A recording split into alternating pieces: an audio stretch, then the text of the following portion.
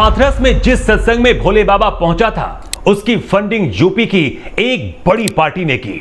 मतलब 121 लोगों की जिंदगी का जिम्मेदार सिर्फ नारायण साकार हरि नहीं है, बल्कि वो राजनीतिक पार्टी भी है जिसने करोड़ों रुपए की फंडिंग इस बाबा को की।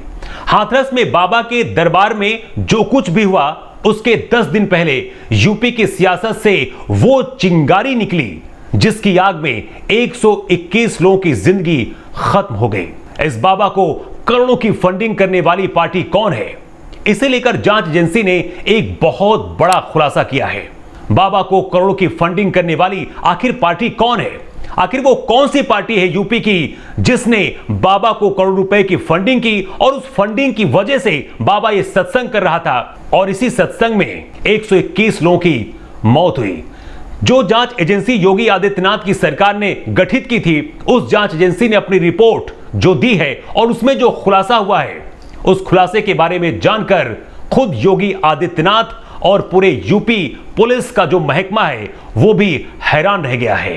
ये बाबा सिर्फ सत्संग नहीं करता था, बल्कि राजनीतिक पार्टियों के बड़े बड़े नेताओं तक इसकी पहुंच थी। बड़ी बड़ी राजनीतिक पार्टियों के नेता बाबा से आशीर्वाद लेते थे। अखिलेश यादव से लेकर सपा बीजेपी के नेता भी बाबा के आगे झुकते थे। कहते नारायण हरि सबसे ज्यादा अगर किसी पर भरोसा करता है तो वो है उसका मुख्य सेवादार देव प्रकाश मधुकर। वही सारी व्यवस्था करता था। मतलब कि अगर आयोजन हो रहा है तो वहां पर कौन आएगा, कौन जाएगा, कैसी व्यवस्था होगी, और यहां तक कि पुलिस की भी एंट्री नहीं होती थी। बाबा के सत्संग के नाम पर लोगों से पैसे जुटाए जाते थे और राजनीतिक पार्टियां इसमें मदद करती थी। हाथरस हादसे के बाद सीएम योगी ने यूपी पुलिस के कुछ खास ऑफिसर्स की एक जांच कमेटी बनाई थी।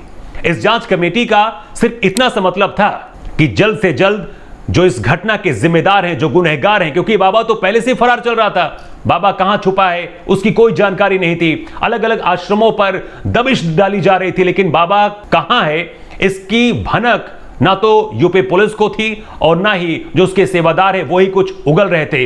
लेकिन जब बाबा को यह पता चला कि अब तो बचना मुश्किल है, बाबा तक यह भी जब खबर गई कि योगी की जो पुलिस है वो एनकाउंटर भी कर सकती है। जो जांच कमेटी है उसने खुलासा किया है कि यूपी की ही एक राजनीतिक पार्टी फंडिंग करती थी और राजनीतिक फायदे के लिए सत्संग किए जाते थे। यानी कि अगर बाबा का कोई सत्संग होता था तो वहां पर एक पर्टिकुलर एक पार्टी के लिए यह बाबा माहौल तैयार करता था।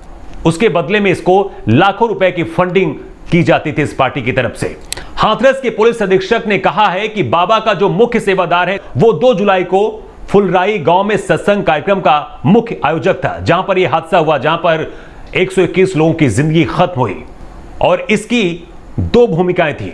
पहला कार्यक्रम का मुख्य आयोजक और दूसरा फंड मैनेज करना। बाबा का कहीं भी जो सत्संग होता था उसके लिए टेंट है, लाइट है, खाने पीने की व्यवस्था। इसके लिए अगर एक भी कहीं सत्संग होता है तो उसमें लाखों करोड़ रुपए खर्च होते हैं। और वो जो फंड आता है कहां से आता है? तो इसका जवाब यह है कि सारा पैसा राजनीतिक पार्टियों की तरफ से दिया जाता था। यही जांच में भी सामने आया है।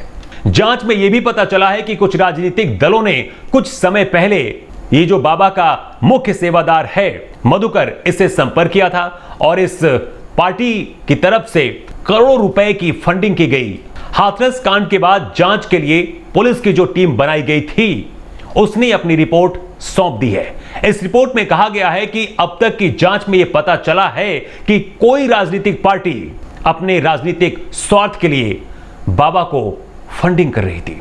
अब सोचिए कि जो ये सेवादार है देव प्रकाश मधुकर, बाबा का सबसे खास सेवादार है और इसके ही इर्द गिर्द सारी जांच चल रही है, क्योंकि अभी तक जो जांच चल रही है वो यही सेवादार है जिसका नाम है देव प्रकाश मधुकर, और इकलौता है सेवादार ये जिसका नाम इस एफआईआर में दर्ज है। इस पूरी जांच में अभी तक बाबा का भी नाम इसमें मेंशन नहीं किया गया है और कितने लोग थे उनका भी नाम मेंशन नहीं किया गया है। अब सवाल यह है कि आखिर वो राजनीतिक पार्टी कौन है जो बाबा को करोड़ों का फंड देती है? इस बाबा को लेकर मायावती का भी बयान आया है। मायावती ने कहा है कि ऐसे बाबाओं पर कड़ी से कड़ी कार्रवाई होनी चाहिए, क्योंकि ऐसे बाबा भोले भाले लोगों को फंसाते हैं और उन भोले भाले लोगों का सब कुछ खत्म हो जाता है। बाबा के खिलाफ कार्रवाई चल रही है। योगी की पुलिस लगातार जांच कर रही है, कई कमेटियां वो जांच कर रही हैं, लेकिन सबसे जो बड़ी बात यही है कि आखिर वो कौन सी पार्टी है जो बाबा को करोड़ रुपए की फंडिंग करती थी। एक सवाल इस देश की जनता से भी है कि आखिर कब तक आप नेताओं और बाबाओं के पीछे भागते रहेंगे। उससे अच्छा है कि आप खुद सोचें और अपने बनाए रास्ते पर चलें, भगवान पर आस्था रखें, लेकिन इतना भी ज्यादा आस्था मत रखें कि आपकी आस्था अंधविश्वास में बदल जाए। नमस्कार।